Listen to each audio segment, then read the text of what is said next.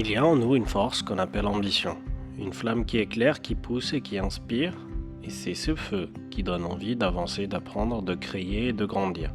Mais parfois, ce même feu brûle trop fort, quand les choses n'avancent pas, quand le temps semble s'étirer et que les efforts ne portent pas encore leurs fruits.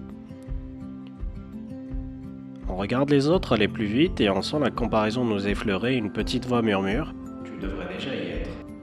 Alors sans s'en rendre compte, on se tend en force et on s'épuise à vouloir cueillir un fruit pas encore mûr.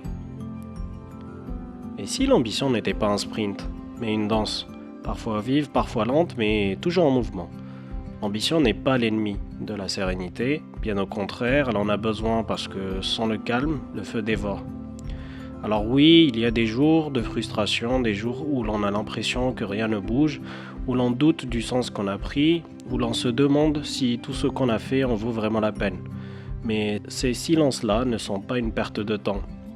Ils sont le terreau du progrès invisible, ce moment où la vie travaille pour nous, pendant qu'on apprend simplement à patienter. Peut-être que le vrai courage, ce n'est pas de courir plus vite, mais de rester fidèle à ce qu'on veut construire, même quand le chemin se fait lent. Être ambitieux, c'est apprendre à faire confiance au rythme des choses, sans éteindre la flamme, mais sans la laisser nous consumer non plus. Trouver l'équilibre entre ambition et sérénité, c'est accepter d'être à la fois le feu et la terre, le mouvement et la patience, l'envie d'aller plus loin et la capacité d'être bien là où on est. Avancer, oui, mais avancer avec douceur, parce que parfois le temps qu'on trouve trop lent est exactement celui qu'il nous faut.